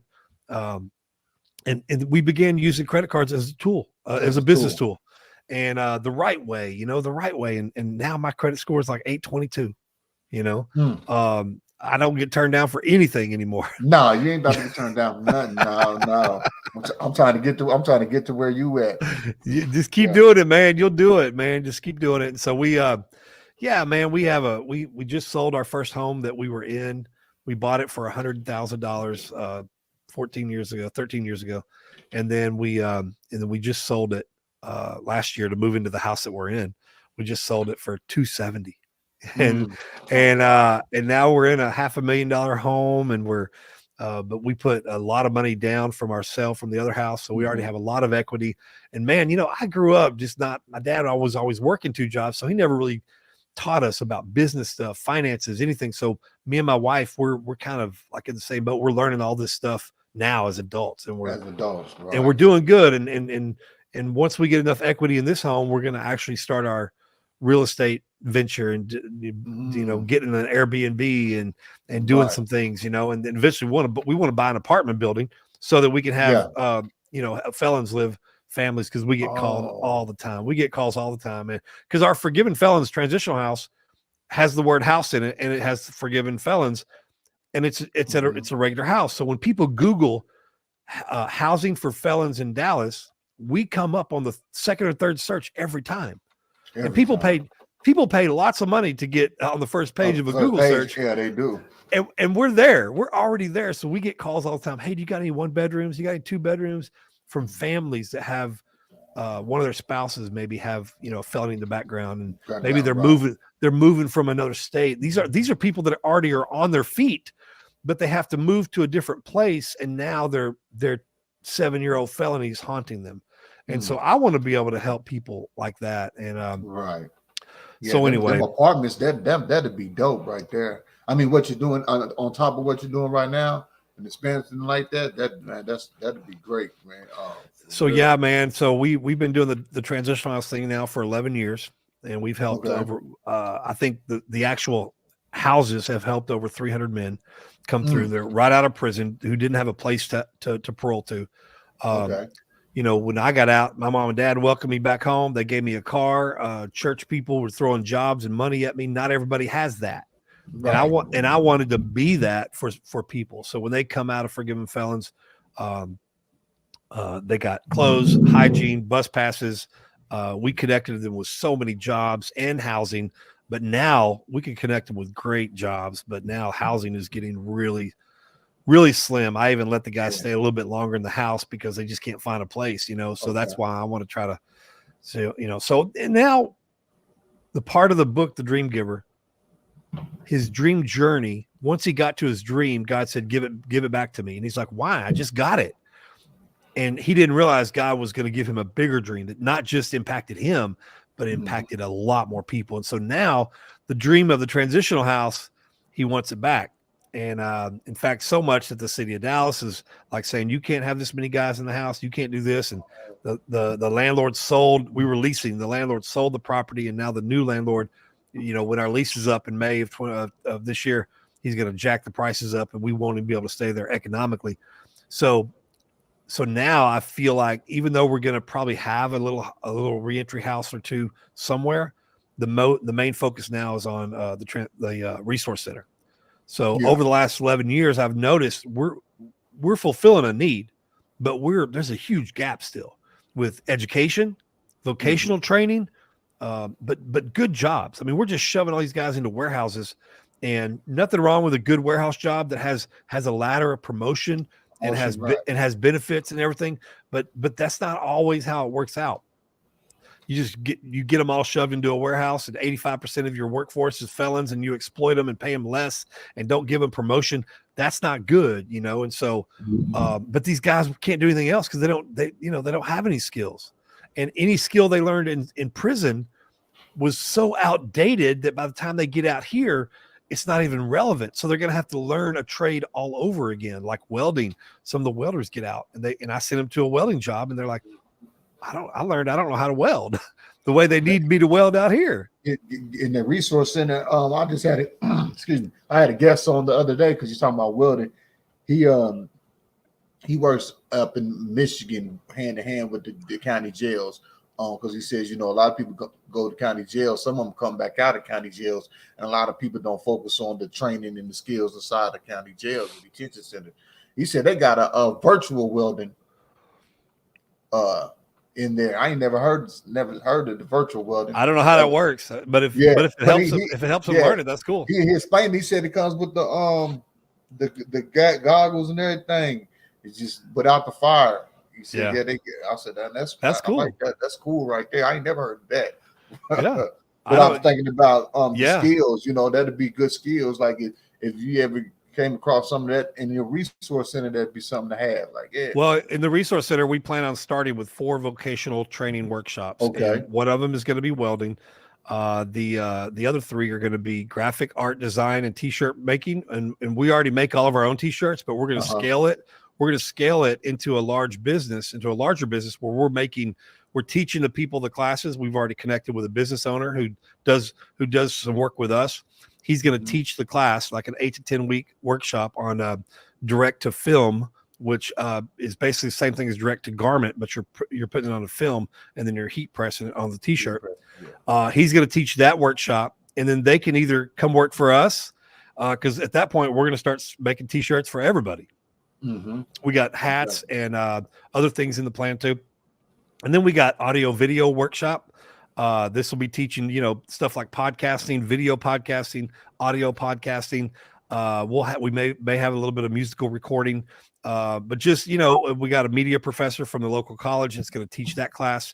And then we get lots of people that want me to show them how to start a podcast, how to do a podcast. They want to know if they can record their content and give it to us to produce it. So we're going to scale that into a company. All the workshops are going to have a company that goes with it. And then the other one is going to be lighting and electrical. So you heard me mention Christmas lights. We have a huge Christmas light business as a part of my handyman company. And we're going to scale that into an all year round lighting company, exterior lighting company. And we're going to do workshops on how to do exterior lighting. And so those are the main things, but we're also going to have all the social stuff that we do for the guys that we've been doing for the guys for 10 years, all the clothes, hygiene, bus passes, financial literacy classes, business classes, leadership classes, all these things, recovery classes are going to be offered here. And it's going to be almost like a one-stop shop, Right. you know, because right now when guys get out, kind of like a reentry hub. When guys get out now, they got to go over here for food stamps. They got to go over here for this, over here for that. And I want them to be able to say to their parole officer, I'm going to Forgiven Felons, and they know they can get everything there.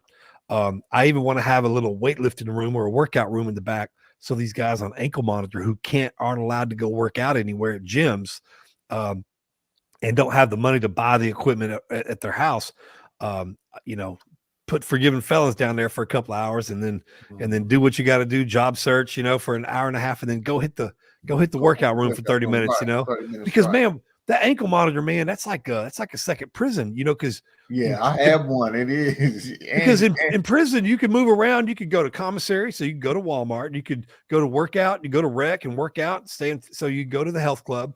You can go to church if you want. You can go to a class, but then you get out here and you got the ankle monitor on.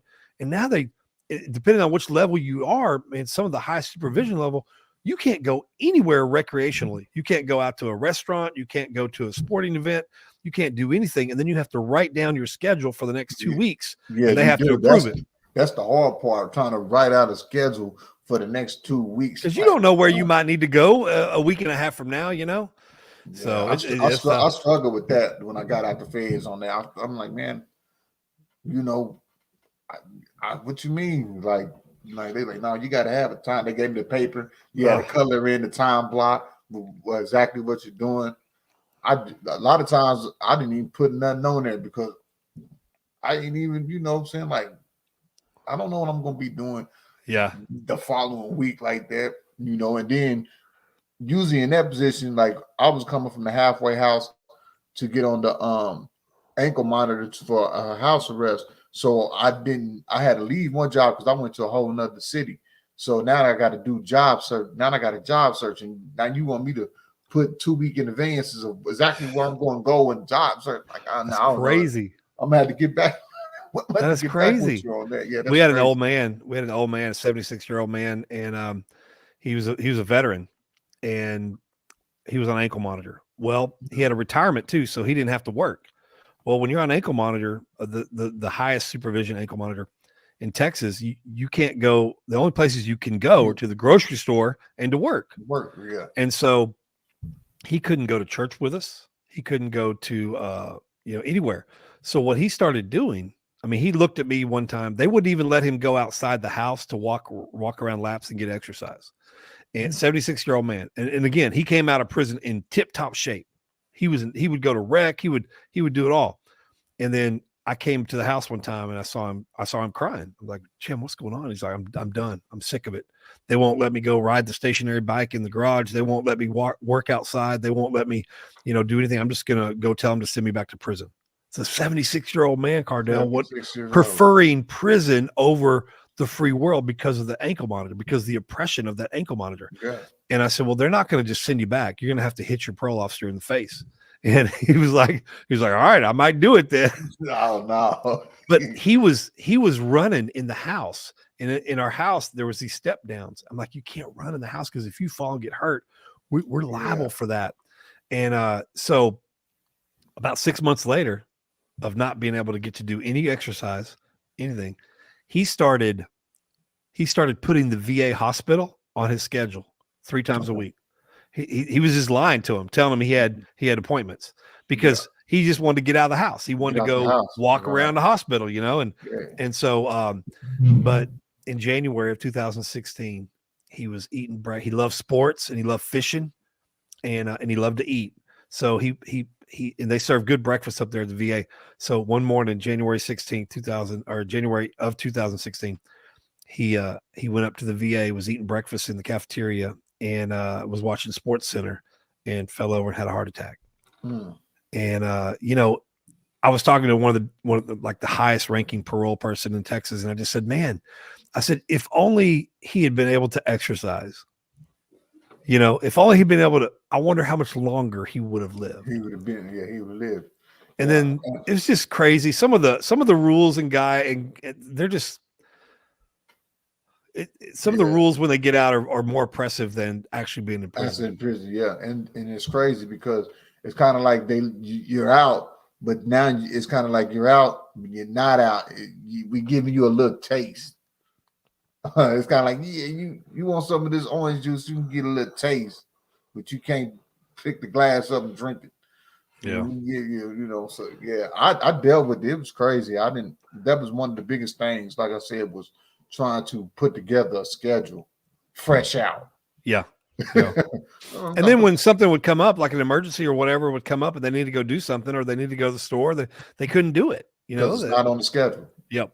And the parole officers are always leery about, well, some of them are just lazy and they don't want to do they can change the schedule in the computer, but they don't want to because it takes up their time. Yeah. And that house arrest is crazy. I remember when I left the halfway house to get on house arrest, I was almost 2 hours away from the actual halfway house. Oh man. So once a week I would have to drive up there, and I remember one time I went up there, and when I was in the halfway, I used to work at a telemarketing company. It wasn't too far.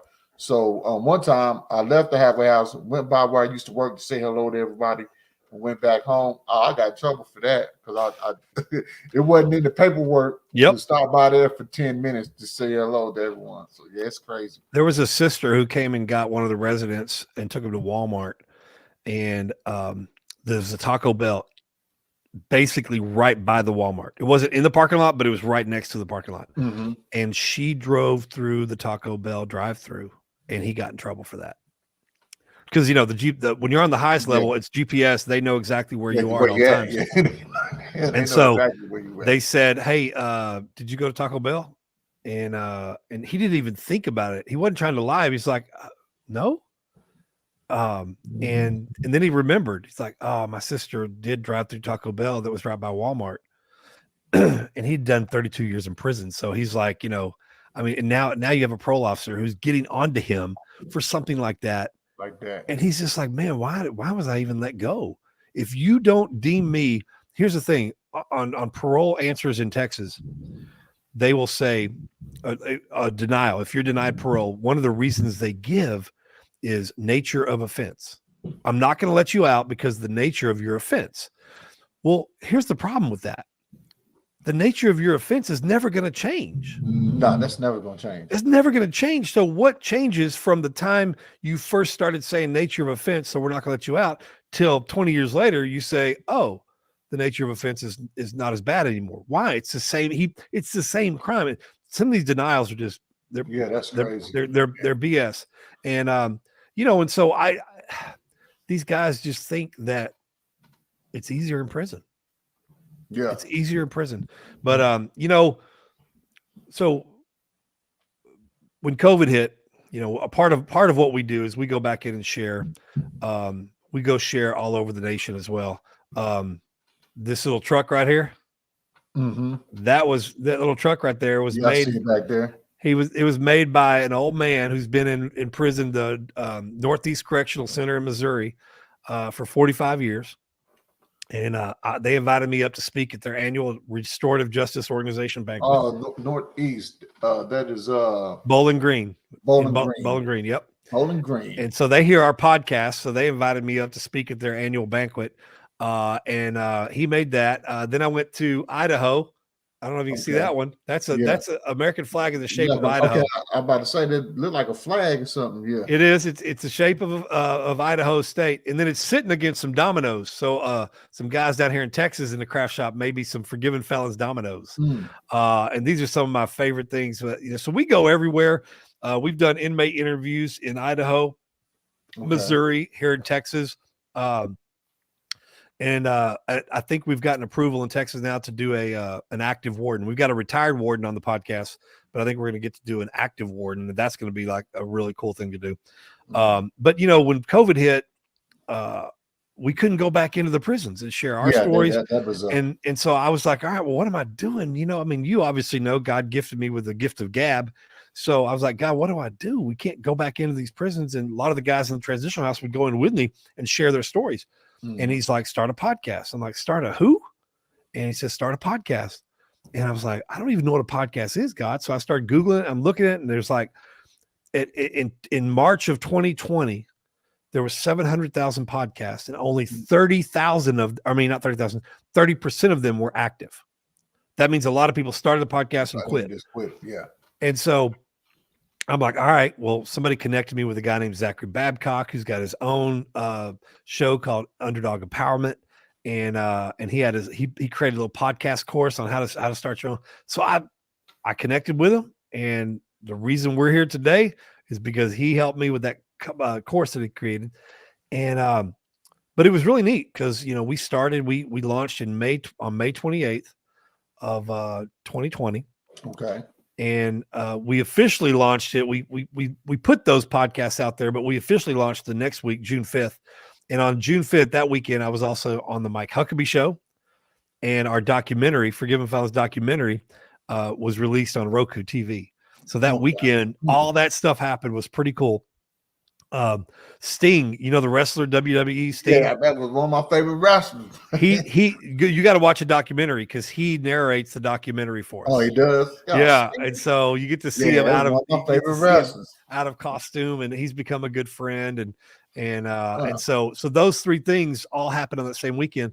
But I just thought, that we would do the podcast until they started letting volunteers back into prison.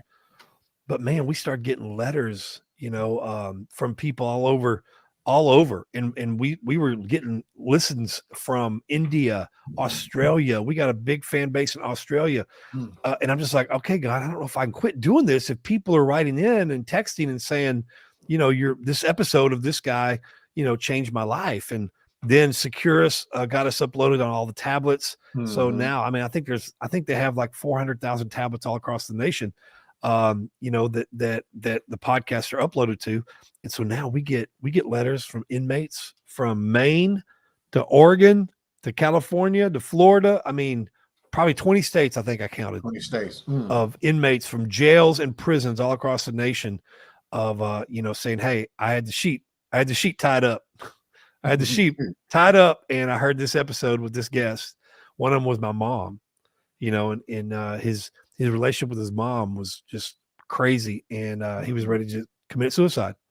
And he heard the Mother's Day episode with me and my mom, and he wrote in and said, that night I gave my life to Christ, and I live differently now because of your mom's testimony about how she forgave you and walked through this whole journey with you. And I'm just like, man, wow. And so, when we have you on, I promise you, I'm going to get letters about you. We're going to have you on our show. And so now I can't stop, Cardell. We got to keep doing it, and so that's what we're doing. We're doing this. We're just going to help other people along the way do it. And we continue to go into the prisons here in Texas and anywhere else. If you have a prison, man, that will want me to come share, let me know. I know you're mostly fed. Man, you definitely we got a lot of prisons that we love you come share with the empowerment, the workshop empowerment tour. On the inside empowerment workshop. Yeah. We're going over it. We got a lot of states that's getting involved. Just love it. We starting out in Missouri, then we go to Ohio, Pennsylvania. Nice. Are these all federal prisons or no? So we got state prisons, federal prisons. Okay, good. Detention centers, county detention centers. I call them county jails. In right. Missouri, they jails, they county jails, but you go somewhere else, they yep. Center. Same thing. So, we're same thing here in Texas. Yeah. So yeah, we're hitting them all up. This what I do. My whole goal was a thing. When I came up with it was, it's just like the vision. God gave me a vision when I was incarcerated, and that changed my mindset. And from that point on, it's visions that He gave me. And this tour was just one of the visions. I was kind of in the point of like, okay, I know people that's been doing a lot of work like yourself in this reentry field for a long time, and I'm fairly new. And actually, because I wrote a book about my story, it kind of put me Yeah. Now I said, write the book, and it put me in the, this is where you belong. Because when I got out of prison, I knew I wanted to be a coach and I wanted to be a speaker. I just didn't have a specific lane. And so what happened was that vision came, like, you need to give people your story. Because I was afraid to share my story. I just wasn't volunteering sharing my story. Yeah. You know, and so that's what happened. Then I wrote the book, and then it put me there. And then that's, you know, it was like the podcast, come with the podcast, and then I wanted to create a program to go back inside. Yeah. And one thing I didn't want to do was retire like any religion or anything to it, because I didn't want to feel like I'm leaving somebody out. Yeah. Through my Absolutely. program.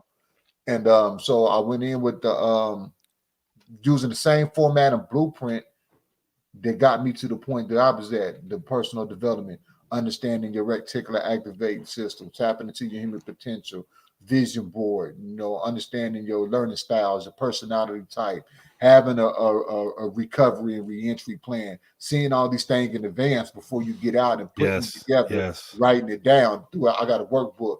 And so I said, I want to go inside and create this. So I created the program. And this was in the midst of COVID, because I dropped my book. COVID hit. That's what changed everything. COVID hit. I was standing in Sam Club, Home and Garden Clothes shows, stuff in Missouri and Kansas, marketing home improvement products, marketing, promoting home improvement products. When COVID hit, that type of work went out the door. Yeah. And to me, that's when there's like, what's next? And then God gave me the sign, the book, start telling your life. And then everything just came into full fruition. And so now, after all of that, the next vision was he just kept putting it to me. It wasn't defined. It was just 100 correctional institutions. As you know, as you on the move, he shoots you these visions. I love that. And so when I finally got to sit still and he steady shooting the vision, now it was more than just 100 correctional institutions.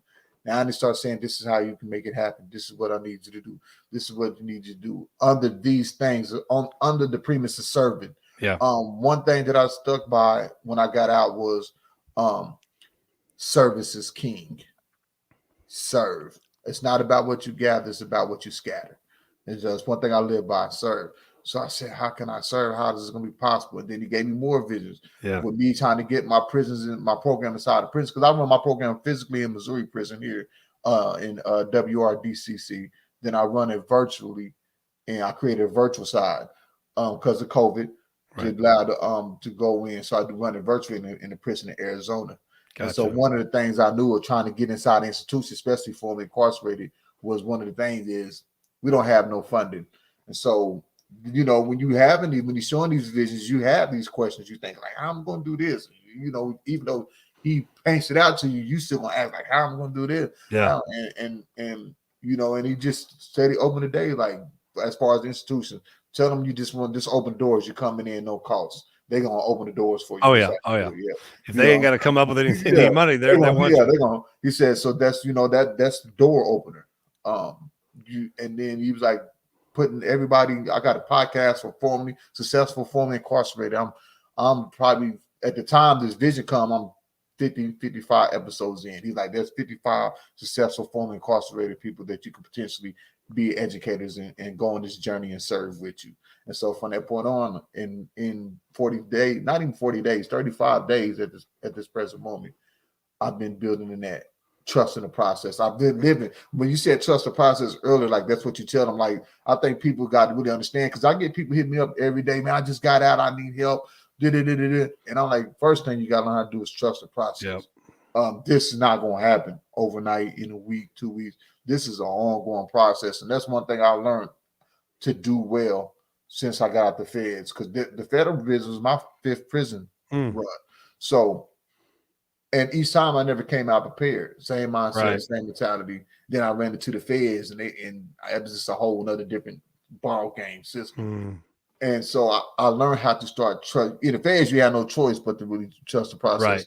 In Missouri state time, you know, you go catch a case, you go to county jail, you might be there 4 months, fight deals, and I ain't taking that. And then you get what you kind of want, in the sense, if you're good at it. Like, I've been through the system. At the 3rd time, I know how to maneuver and get, okay, this time to fit what I did. Okay, so in the feds, it wasn't like that. It wasn't no 4 or 5 month process. I went to court one time a year. And so I was in the federal holdover for 3 years before I even got to the federal institution. I went to court 1 year for a bond hearing, court the next year for a plea agreement, the court next year for the sentence. Yeah, but and so I learned how to trust a lot about the process do that way. So when I got out, it was like, you got to trust the process. Like, this is not going to happen overnight. Luckily, I had stuff written down as far as the blueprint and the goals, and I had a vision board and had a timeline. So I was able to stick by this timeline. I tell people all the time, like, it's trust. Whatever you do, you have to trust the process. Yeah. You have to. It's not even about belief no more. You know, belief is what we think is the truth. Faith is what we know to be the truth. Like, when these visions come, we know this. You operating on faith. Right. You know this to be the truth. You know this is going to come into fruition. Maybe you don't understand how at the present moment, but God understands how. That's so good. And you just have to trust the process. This is the first time I think in my life, and I ain't been back to prison this first time, I've been out of prison 5 years. That's the longest you've gone. Yeah. Longest you've gone. Longest I've gone. Longest without Congratulations. catching a case, going to county jail. There's anything as long as I've been back, and it's been because I've been trusting the process. Yeah. And understand, and my purpose was painted to me, and so now it's just like I'm trusting the process. And for now, I'm not really controlling. I take it's the first time ever I've taken my hands and not feeling something. Yeah, you know what I'm saying? It's just like over and over and over. You know, I do daily reflections every day. I believe reflection is the business of a person. I do daily reflecting, and I think almost every day over the past 30 to 35 days of my daily reflections, I probably shed a tear because understanding that first time in my life that I took my hand off something and trusted the process and actually had faith, and kind of like with Jesus walking on water. Yeah.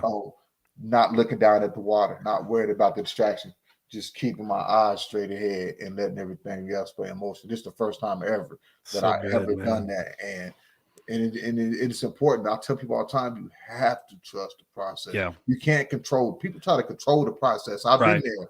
You can't control it. You have to trust it. You know, and one of the things that we teach our guys, and when I go into prison to share, we teach them what helps to be able to trust the process is for you to have core values.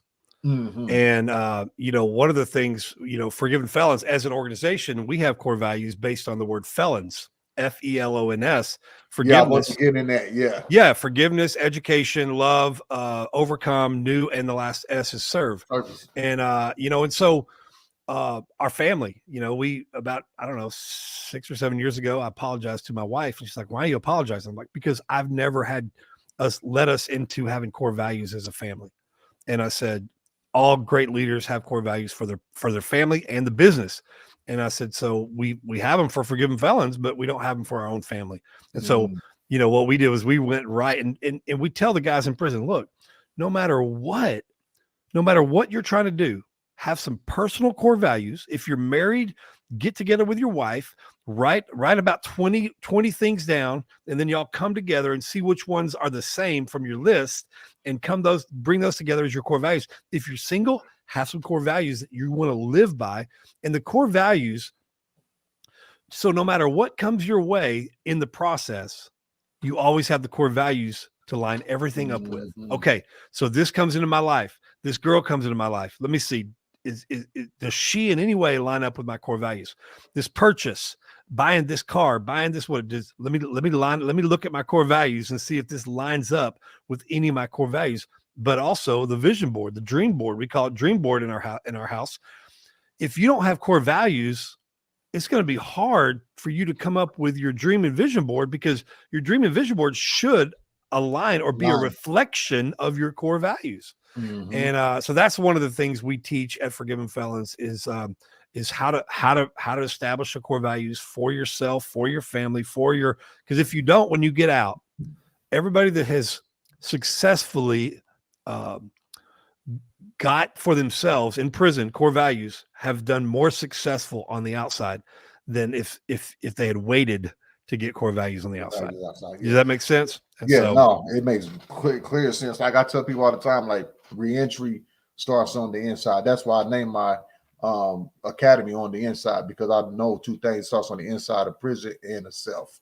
Yep. You will have to, you can't wait. Like you said, you can't wait to get out to try to get them core values aligned. Yeah. Because especially now in today's world, too much, you're going to have so much, there's going to be so much going on, so much that you're going to have to do. So yeah, I definitely agree with that. I got one question I always ask every guest, is usually the last question. But earlier I was talking about the comedian. So I just wanted to give you the time right now to it's my podcast, so some people may not get it. You know how we was talking about the wordplay and other stuff earlier, but I would just like to give you some of your top 3. You might be a felon, and then your top 3. Where did you hear these? You must have watched one of my Mike Barber videos. Yeah, Mike Barber. Y'all watch Mike Barber. Yeah. You know, it's so funny because you know, I first I kind of set it up the way all that came about was I'm getting out of prison, and of course I told you my wife, she's never been in trouble in her life, anything, you know, so it was really fun to date somebody who was really naive about the criminal world. Right. And it was funny the first time she called me one time, and just after we had our kids and started going to school, and she called me just bawling. She's like bawling. I mean, she's trying to talk and bawl at the same time, and you can't understand what she's saying. So I'm thinking, man, maybe one of our kids, she got in an accident, maybe our kid's in the hospital. I'm like, what is going on? And then she goes, I'm like, babe, you got to calm down. I can't understand what you're saying. She goes, I got a traffic ticket in the school zone. And I said, what? I said, baby, welcome to the criminal world, you know?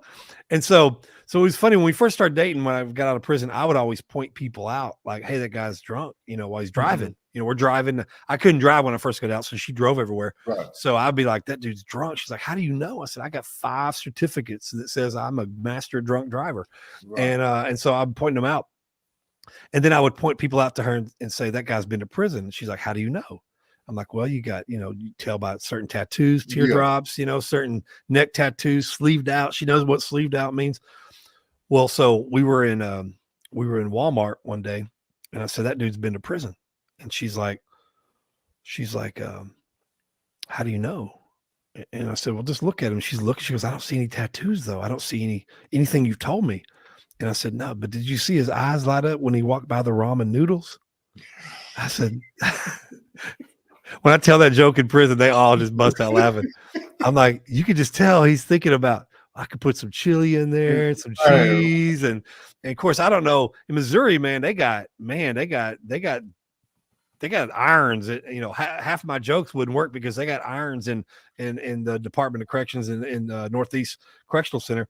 So I had some jokes about, so I said that because I tell everybody, I want to help the people that have never been to prison, help you out with this. You might be a felon if, like Jeff Foxworthy, you might be a redneck if. So you might be a felon if your wife says, honey, can you help me make the bed? And the first thing you do is lay the sheet on the ground, put the mattress on top, and tie a knot in each end of the mattress. You might be a felon. Right. You might be a felon if your wife says, lifts up the mattress, says, honey, what are these clothes doing under here? And you're like, put that down, I'm ironing. Yeah, I'm ironing. They getting pressed up. You might be a felon if you have to call your kids into the living room to vote your mom out of a TV show. Now, I don't know if that resonates at all. Yeah, that resonates. Yeah, it resonates. Like in the day rooms in Texas, man, like there was 2 TVs, one sports, one movies. And if you wanted to watch a certain movie, but 3 other people wanted to watch a different movie, then they took a vote. Yeah, and so you would just call all your friends, hey, come over here. And they would come over just to vote for that movie. Then they would leave, and you'd be. So I'd be like, you know, we'd be like, you know, hey kids, come here. My wife's like, I want to watch this. I want to watch HGTV. I'm like, I want to watch sports.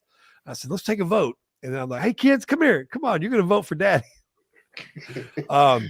Benefits to being a felon, man. When we had children, we're at church, you know, and our kids are in the children's department. The kids' church and all that. Well, the nursery director came up and said, hey, you know, once your kids have been in, you know, nursery for a few months, we always ask the parents to do a rotation in the nursery. Mhm. And I'm like, oh, well, tell me what that's like, like in there with the kids and the dirty diapers and all that. And they're like, yeah, like we just ask them all to do. And I'm thinking, man, I do not want to work in the nursery, Cardell. Yeah, I don't want to do And that. I said, hey, wait a minute. Do y'all do background checks? Like, oh yeah, we do background checks. We don't let anybody that has a felony work in the nursery. I'm like, I'm a felon. I didn't say forgiven felon. I said, I'm a felon. I cannot work. So there's a benefit to being a felon. Right. You don't ever have to do jury duty. My wife gets summoned for jury duty 3 times a year. And I think they finally stopped once she checked down there the box of being a felon. She said, my husband's a felon. I will not ever be able to work. I mean, Right. she still can, but she's always going to be biased is what they think. So the other benefit is, man, now in Texas, I don't know what the communication, like if you want to fill out something and send it in, some call those kites, some call them IRR. IR in Texas, they're called I-60s. So I got 2 girls. One day they're gonna start dating, and that poor little boy is gonna walk up to my front porch and say, Mr. Gumm, I'm here to pick up your daughter for a date. And I'm gonna reach back. He's gonna walk in and see all my prison certificates on the wall in the foyer, and then I'm gonna be like, nope, no, you're not. You're here to fill out this I-60, and I'll get back with you in about 3 months. Exactly. And we got some grievance forms if you need the grievance forms. Take a grievance, you're gonna need that too. But it's so funny. By accident, I found out that this works. My mom took me to set up a bank account when I first got out. And I'm literally like 2 or 3 days out and I'm setting up a bank account. I'm in line at the bank and I'm talking to people that I haven't talked to in a while, letting them know, hey, yeah, I just got out of prison, 2 days ago. And I don't have a very quiet voice, a soft voice. So in the bank line, there's like 5 people in front of me. And then I'm talking on the phone about how I just got out of prison. Literally, Cardell, within 3 minutes, there was nobody else in front of me. Oh, they got up. They left. They got up out of there. I thought you was going to rob it. I'm like, okay, this will work. So, it's funny. We'll go to really nice restaurants. I like to go to Cece's Pizza. My wife likes to go to fine 5-star restaurants. And so I'll go with her. And she's okay with it now. But when I first started doing it, I started doing it on purpose. But we'll be in these nice restaurants. The ambiance is quiet. The music, the lights are dim. And then all of a sudden I'll say in a little louder voice than everybody else is talking. I'll start a sentence off by saying, babe, back when I was in prison, and all of a sudden, Cardell, everybody starts shifting. They're like, what did he just say? What did he check, please? And so it's fun, man. If you can't laugh at your past and because of your past, and there's so many jokes. There's so many jokes that I don't even say because, I'm taking the guys at our transitional house to. Somebody gave us college football game tickets to Florida State University, and I think it was A&M back 6 or 7 years ago. We're up in there, and that was back when I just had the goatee. I didn't have the full beard; I just had the goatee. So I'll come out about 30 seconds before halftime's over because I want to, the men's restroom. Everybody's drinking beer, and they're going to be rushed. So I come out before the halftime's over, and I'm going to the restroom at the urinal. And then all of a sudden, you hear the horn, the rush comes, and this dude comes up right beside me at the urinal and goes, hey, man, anybody ever tell you look like Stone Cold Steve Austin from behind? And I just, without missing a beat, I said, not since prison. I looked over, he was gone. He was gone. So I love, just being able to laugh about it, and but that's my heart is just to be able to help as many people as we can on this same reentry journey that you're on. I believe that what we're doing with the resource center is going to be replicated in other cities, and so that's what my goal is. I felt like from the beginning, the dream of Forgiven Felons was not a local Dallas only goal. It's going to be national, and the podcast even makes it international, really, because the podcast. And listen, I don't know if you'll put a link on to the podcast, but man, everybody, there's a story on there that will benefit you, I promise. And then we got some information. The podcast is all about inspiration, motivation, and information. There's judges on there. There's lawyers on there. There's a parole lawyer on there. If people want to, there's the Way Back Reentry that's here in Dallas. There's Miles of Freedom here in Dallas. and we're going to have you on as well.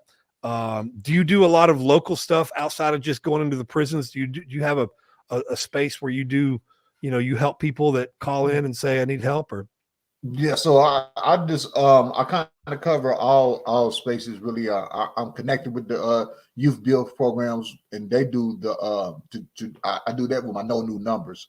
Gotcha. They got ages 16 to 24. You can't you can't have a G. They dropped out of school, so they help them get GEDs. They got nursing programs, construction programs, other programs. So Awesome. I go in there. I work with them with my no new number program. Then I do the inside. Then on the back end, I do a lot of mentoring and things of that nature, helping really making a lot of connections. I don't have no. That's one of my things I want to do is start to have my own center, kind of like Forgiven Felons. Right. I haven't got to that vision and to that part of the goal yet. Yeah, but ultimately, that's really what I want. Kind of just like what you're saying and doing. Well, once we do a couple of them here in Texas, and you get ready to do yours, we'll just kind of come up there and assist you with getting it opened. So yeah, but on the other side, I have a nonprofit as well. So I built one of the things I wanted to do was create a nonprofit to help rebuild the neighborhood that I destroyed when I was out there in the streets. Nice. Through me drug dealing and gang banging, we turned a lot of streets into drug alleys, which turns a lot of people moved out their houses get abandoned. We turn them to drug houses, and so the city comes through and tear them down because they rather have an empty lot than a drug house. And so what we're doing now, part of that nonprofit organization, we got a couple of youth programs like Spark the Hearts for Arts, youth sports programs. But what we're doing now, we're going to focus in on building a community center in that area, in that neighborhood, because there's not none there at all. We don't have stores or anything. We got $1 General and a liquor store in the community. So what we're doing now, we're getting with all the people that own the land, connecting with them. They family have history there. So we're going to rebuild on the land, and what we rebuild, we're going to name it after the person who donated the land to us to leave them and their family a legacy as well. That's nice. That's nice, man. Hey, I love your graphic for your show. I love the graphic. I love how it's the orange jumpsuit and the broken prison bars, like he's leaving. The only thing is I keep getting distracted. I keep thinking somebody's coming in my door behind me with that guy in the middle. That's him walking out the door, leaving the jumpsuits and the bars behind. Love that, man. Love that. That's what it's all about. Journey. Yeah. So the final question that I have, I ask everybody on the show this question. And it really highlights in your journey. If you had one word to describe your journey up to this point, what would that one word be and why?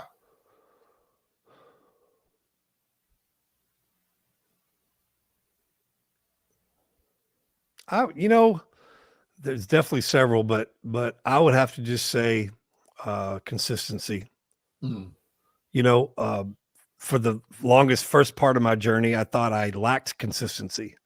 But I was actually pretty consistent in my drinking Jack Daniels. I was consistent in the bad people that I hung around.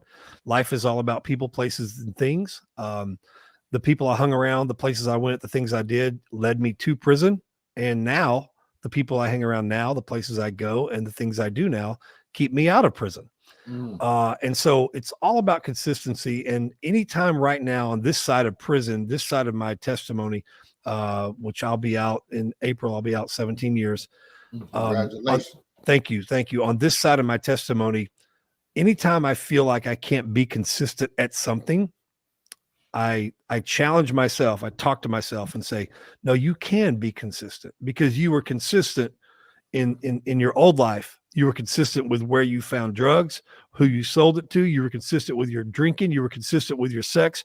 You were consistent with all that. So right now, when you need to be consistent with your family life, with your business, with your ministry, with the type of relationships, with your boundaries, even consistency with your boundaries.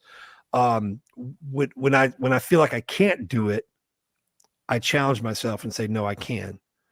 And so I think consistency is my key. Find out, consistently keep hanging around the right people, doing the right things and going to the right places. And when you hang around the right people at the right places and do the right things long enough, the right things are going to happen. But it's all about being consistent. You can't hang around, good people for like a week and then go, okay, I'm changed. No, you need to keep hanging around those people. You need to keep getting up. You need to take the trash out every week. Take the trash out, you know, and make the bed. You know, some of the greatest motivational speakers and leaders talk about, you know, just make the bed in the morning. The first thing you do when you get up, make the bed, because if nothing else is accomplished that day, you made the bed. And when you get up and you consistently make the bed, take the trash out, kiss your wife, good night, goodbye, say I love you to the girls, everything's about consistency. And as long as I stay consistent and consistent at the right things and consistently put forth effort, consistently put forth, you know, learn to motivate myself, you know, learn to be disciplined, consistency with being disciplined. But yeah, I would say consistency. It's really neat because my wife and I, when we do words for the year, one of the words one year was consistency. And I had a little vinyl cutter and I cut out the word consistency and I put it right there on my desk. So every time I sat down on my desk, I got to see the word consistency in front of me. So that's what it's all about. I mean, look at the greatest athletes in the world. You know, the LeBron James. I don't think he's the GOAT. I think Michael Jordan's the GOAT, but LeBron James is about to break Kareem Abdul-Jabbar's points, or is it Kareem? Yeah, somebody's points record. Yeah, Kareem. And he's going to do it because he's consistent. You know, and he keeps shooting. He keeps shooting. Michael Jordan said, I never missed a shot that I didn't take. Is that, wait, how did he say that? He said, you're going to always miss the shot you don't take, basically. Yeah, you'll always miss the shot. And so he just be consistent, you know, keep shooting. There's another book we read by Dr. Dave Martin called Another Shot. And it's a basketball analogy, but it's about life too, man. Just be consistent in everything you do. Yeah, I like how you said that, because a lot of times I tell people, especially when I go speak and I do my class, I always tell them, like, I had these certain principles and values. I just was using them in the wrong way. Right. Like I was dedicated to the block. I get up every day, go down to the block. I stay there all day, sun up, sun down. Sometimes won't even change clothes. Come back and I do this all over. I was dedicated to that. Yeah, absolutely. I learned how to take them same things, dedication, consistency, and stuff, loyalty, and apply it to the things that's right. So I can really feel you on that. Jadon, thanks a lot for being a guest on the Reentry Journey, man. Thank you for this 2 hour. I enjoyed this 2 hours. Yeah, man. I did too. I did too, man. Enjoyed talking to you, man. I enjoyed making the connections. I enjoy you being a guest and the knowledge and information and your amazing story that you share. I look forward to connecting with you more, you know what I'm saying, working with you and seeing how we can help sharpen each other and build and continue our mission. You got an open invitation on the tour. If you want to join any institutions that you want to come in, do a workshop on, you're more than welcome.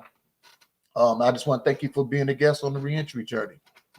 Thank you so much, man. It was an honor to be here, and I love hanging out with other people in the same space, man. All right. And anybody want to find any videos or any information on you? How can they go about finding it? You know, from our website, you can learn how to watch the documentary, which is on Roku TV. It's also on Tubi TV, so you can watch the documentary. Just type in "Forgiven Felons," and you'll see Sting's face and one of our guys on there. But if you just go to the website, forgivenfelons.org, and felons has one L for everybody who's not used to spelling the word felons. we get donation checks and felons will have two L's in it. You know, because words like fellowship, you know, has two L's and fellows has two L's.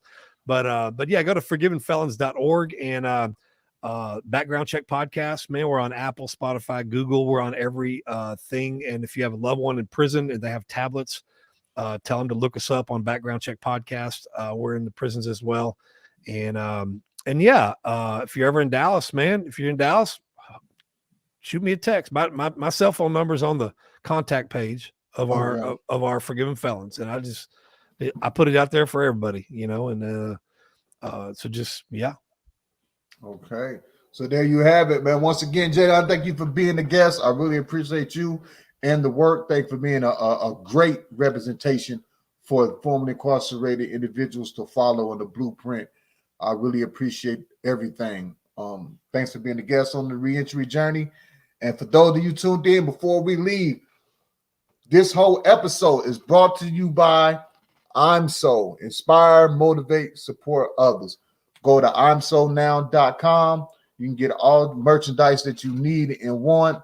I'm a brand ambassador. It's a guy that I play college basketball with.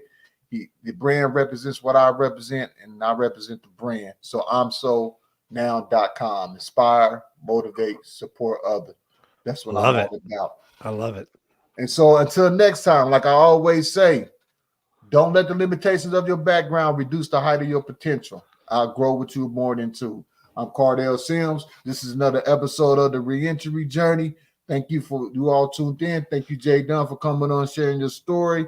And until next time, y'all enjoy your life and trust the process. We signing off the Reentry Journey.